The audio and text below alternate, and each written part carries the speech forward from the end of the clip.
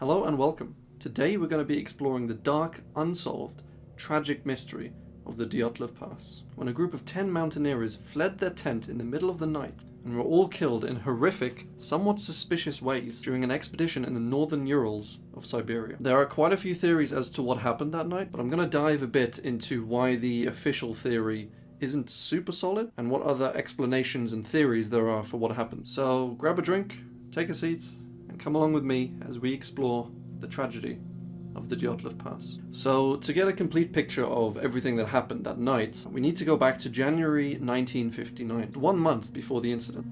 So, the expedition itself was commissioned by the Communist Party of the Soviet Union.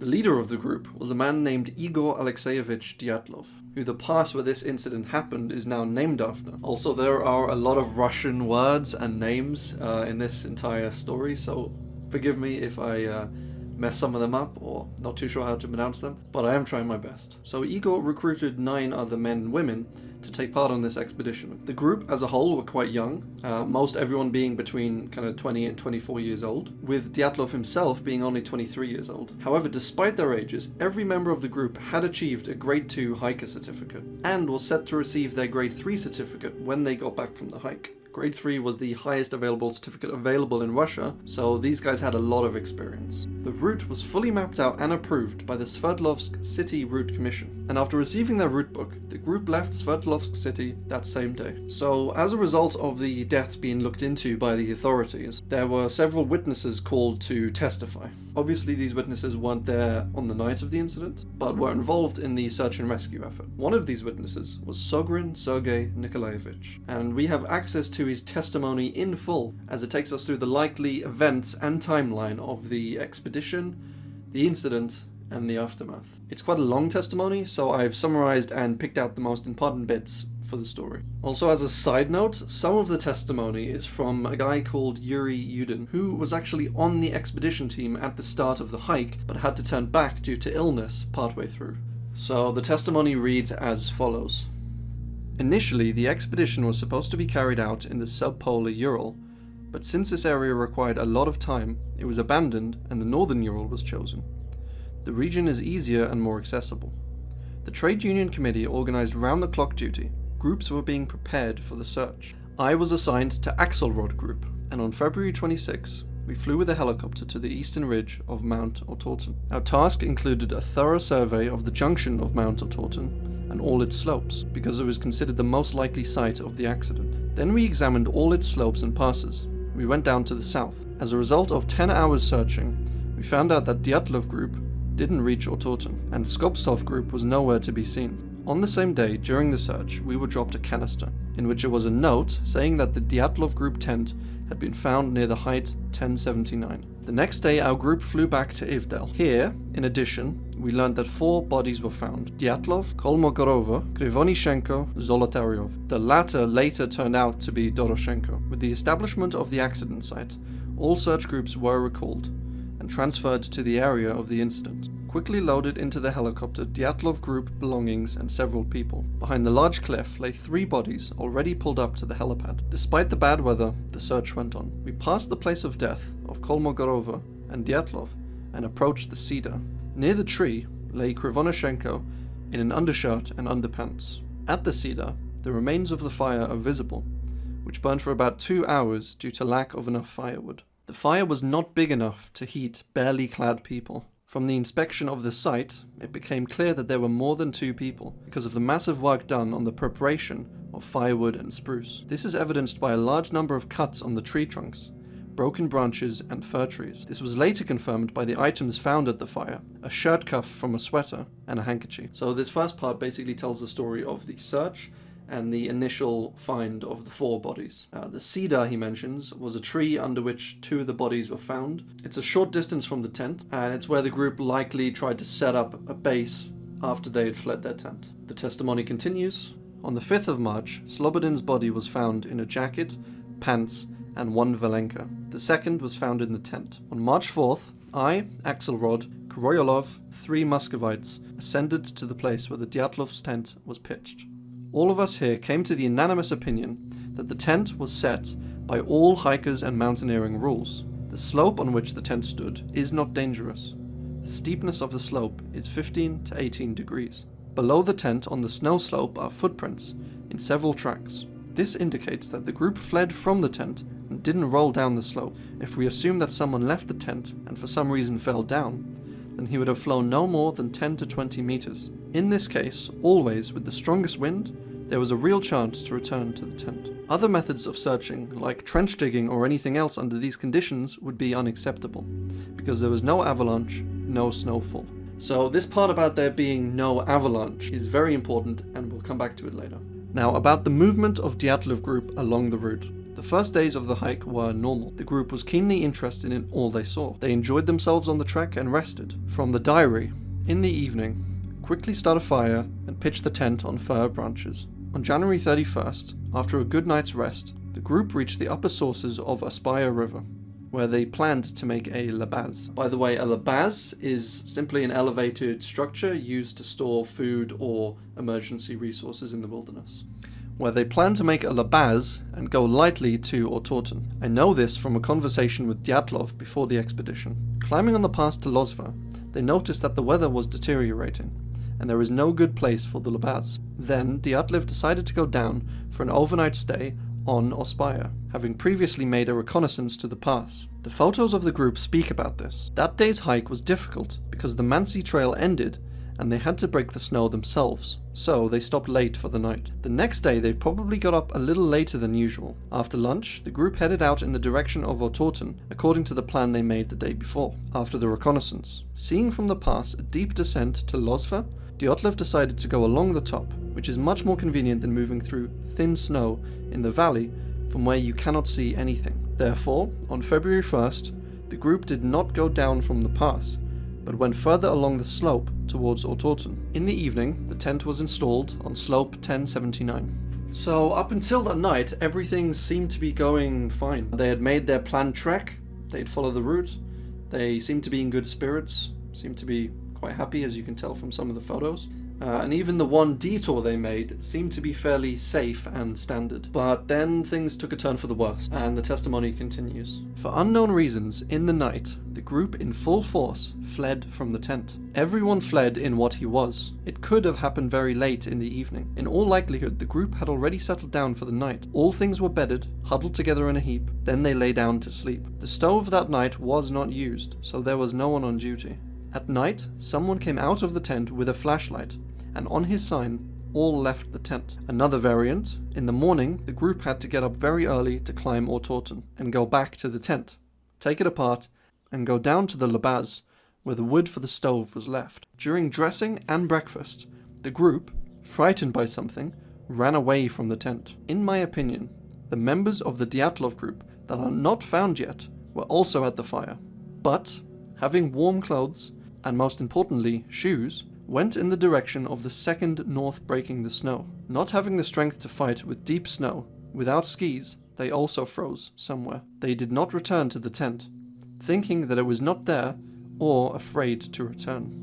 So for me, the really strange thing about this is that these very, very experienced mountaineers left their tent in the middle of the night with hardly any gear on. For some reason, they cut themselves out of their tent and fled downhill in such a hurry that some of them didn't even get dressed or put on shoes. They must have known that this was very close to a death sentence. And whatever or whoever caused them to flee the safety of their tent into such wild conditions is still unknown. So the testimony goes on to explain the competency and right of the Dyatlov group to be on this expedition. Dyatlov's trip to the area did not represent anything unusual. This area of the north of Sverdlovsk region had been developed by hikers for a long time. Every year, there are a group of hikers on vacation. Dyatlov himself was in that area, but somewhat to the south in 1957. I was in that area in 1958. On the route itself, there were no violations of the group, judging by the diary and the schematics of the path. The composition of the group was quite experienced and well selected, i.e.,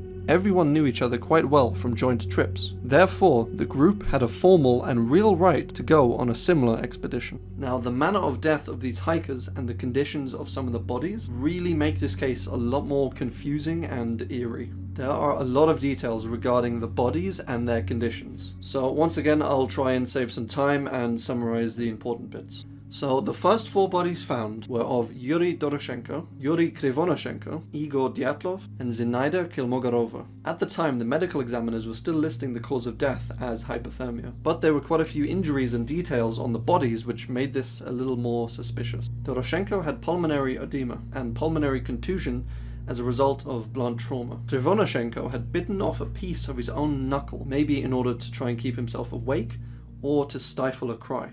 And he had 3rd-degree burns. Dyatlov had vomited blood, and Kolmogorova had a baton-shaped bruise on her waist. Still, the cause of death was listed as hypothermia for all 4. On the 5th of March, the body of Rustem Slobduin was found. He had a blunt force skull trauma that could not be attributed to falling. From the testimony, someone hit him over the head. The 4 remaining bodies were found a while later, and these bodies completely changed the course of the investigation. So the first 4 bodies were found in a forest, about a kilometer from the tent site, under a large cedar tree. There was evidence of a fire being started by multiple people there, and the 2 bodies seemed to be laid to rest respectfully. So what likely happened is a lot more of the group, perhaps even the entire group, fled from the tent during the night and escaped to this clearing in the woods. They desperately tried to start and fuel a fire, but it just wasn't big enough to keep them warm with their lack of clothing. A lot of the branches up to 2 or 3 meters high were broken off, and a lot of these would have been young and quite tough and not really suitable to use as fuel for a fire. An interesting note in one of the testimonies was this: some of them, meaning branches, were just lying on the ground, and others were hanging on the low branches of the cedar. It looked as if someone had created a viewing hide facing the site from where they came. So it seems as if there was a clearing in the branches up high in order to look at or watch the tent site. Whether this was the hikers checking to see whatever made them flee the tent was still there, or if someone was in this tree earlier in the night watching the tent, we don't know. Also, the knife that was used to cut the branches was never recovered from the site, leaving some people to believe that it was removed from the site from someone else. So, as I mentioned earlier, there are a lot of details regarding the condition of some of these bodies, and I honestly don't have time to cover them all in this video. I will, however, go over the most notable issues and the ones that bring up the most questions about the official story. So to start off with, Yuri Doroshenko had a foamy grey liquid in his mouth, which is something often caused by someone or something pressing hard on the chest. And funnily enough, this was a common method of interrogation used by Stalin's secret police and special forces at the time. Dyatlov had bruising on his fists, a common injury in hand-to-hand combat. Rustem was also found with bruised knuckles and a blunt force trauma to the side of his head. This was noted to be highly unusual, as if you're weak and falling, you tend to fall either forwards or backwards, so you would have injuries on the front, back, or perhaps all around, not just on the sides. Most of the bodies near the cedar tree had their clothes removed, and even cut off in some cases. This was likely done by their hiking mates in order to better gear the hikers who were still alive. The search went on for a whole 2 months after this, before the next bodies were found, and what they found alongside these bodies tells more of the story about what happened that night. So in an area 75 meters or so away from the cedar tree, the searchers found a den of sorts. It was a deep ravine dug into the snow by the hikers in an aim to protect themselves from the wind and from the cold. The thing about the existence of this den shows that the hikers were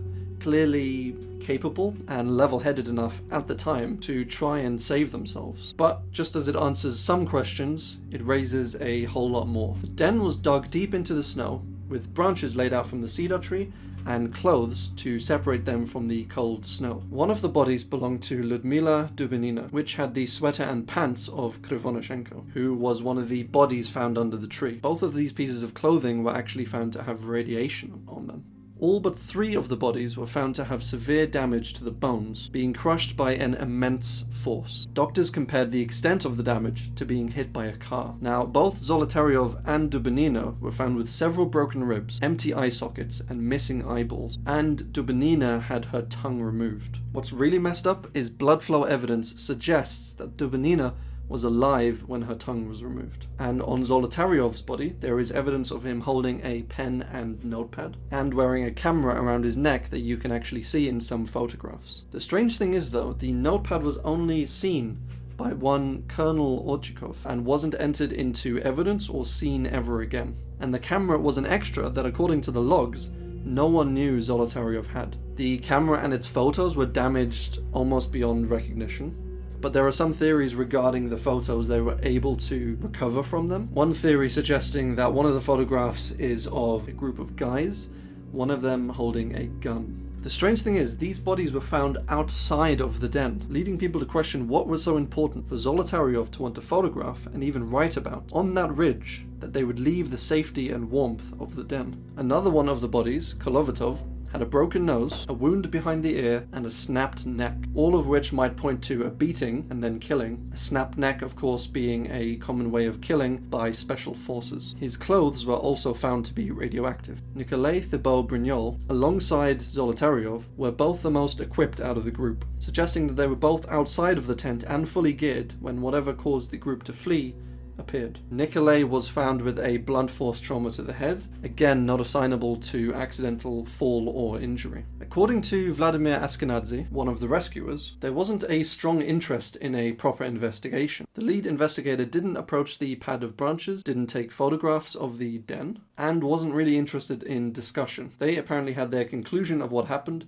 and the search operation was rushed, apparently pressured from someone up high in Moscow. The pilots reportedly didn't want to take the bodies in the helicopters because they were poisoned with radiation. Eventually, Colonel Orchikov just got angry and pulled out his pistol, threatening to shoot the pilots if they didn't take the bodies, which I don't know if that's such a smart idea, shooting your only way out of the mountain range, but I'm not a colonel, so what do I know? The bodies were eventually prepared and taken in the helicopters, and autopsies were later performed, as were the funerals. So, the official theory about what caused this accident is an avalanche, followed by a battle with the elements, resulting in confusion, accidents, injuries, and eventual hypothermia. So this theory isn't too bad, but there are a few holes in it. Like the fact, if you remember earlier from the testimony, they said there was no evidence of an avalanche. The slope they set their tent on was only at a 15 degrees angle, which is not really steep enough to warrant fear of an avalanche. The horrific, seemingly unnatural injuries of some of the hikers, the coincidences and some of the attitudes of the people in charge of the search, and the fact, and I'll say it again, that this entire team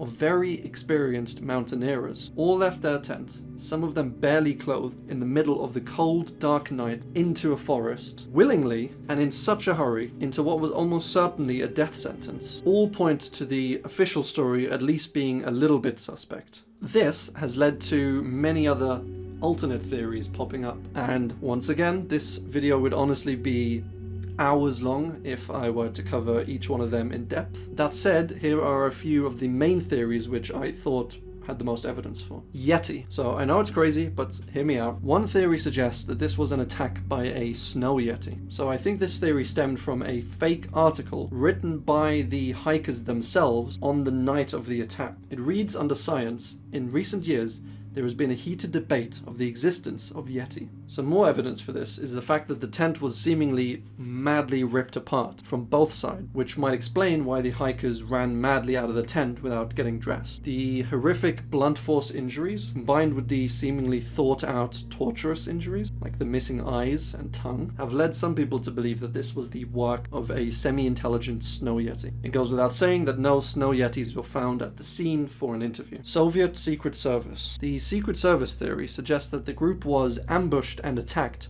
by Soviet Secret Service. They killed some of the group, snapping their necks and cracking their skulls, and left the rest to die from the cold in order to make it look like a tragic hiking accident. Theories as to why they might have been attacked range from secret Soviet bomb tests, hence the radiation, to the hikers accidentally stumbling upon a secret operation or secret base. I honestly don't know what scares me more, the idea of a folklore giant doing this, or their own government. Mansi hunting grounds. So this theory suggests that the hikers were killed by the Mansi after entering a secret hunting ground. The Mansi are an aboriginal hunting tribe. There was a very basic structure called a chum just 1 kilometer from the site of the accident. And a chum is a kind of tent-like structure that the Mansi use to live in. There was apparently rumor of an incident of a man who took food that the Mansi had offered to the gods, and after taking more a second time, the man disappeared, never to be seen again. So the fact that this chum had moose antlers on is evidence that some hunting took place in the area. And if the hikers were unaware of this, and wandered too far maybe, possibly into sacred grounds, it is somewhat plausible that they were attacked and killed by the Mansi tribesmen. Now, as I've said many times, there are enough quirks and details and logs and testimonies about this case that would make it 3 or 4 or 5 hours long. But if you yourself would like to take a deeper dive into this case, there is a great website that has dozens of pages of photographs, theories, logs, evidence, testimony, that sort of thing, in the description below. So, this was a long one, guys. A horrible, eerie, tragic case. I mean, the fact that most of the people involved were really quite young and were such experienced hikers that really should not have died on this expedition really makes this case not only brutal, but sad. The evidence seems to point in so many directions, and there seems to be at least some solid evidence for almost every theory out there. Personally, I'm going to go with Snow Yeti. So, what do you guys think? Let me know in the comment section below which theory you gravitate towards, or if you can think of a new theory that explains the events of that night. And if you've come this far, thank you. It honestly means a ton that you've come this far along with me on this extra long deep dive. I hope you've enjoyed exploring the Dyatlov Pass incident with me. And as always, thanks for watching.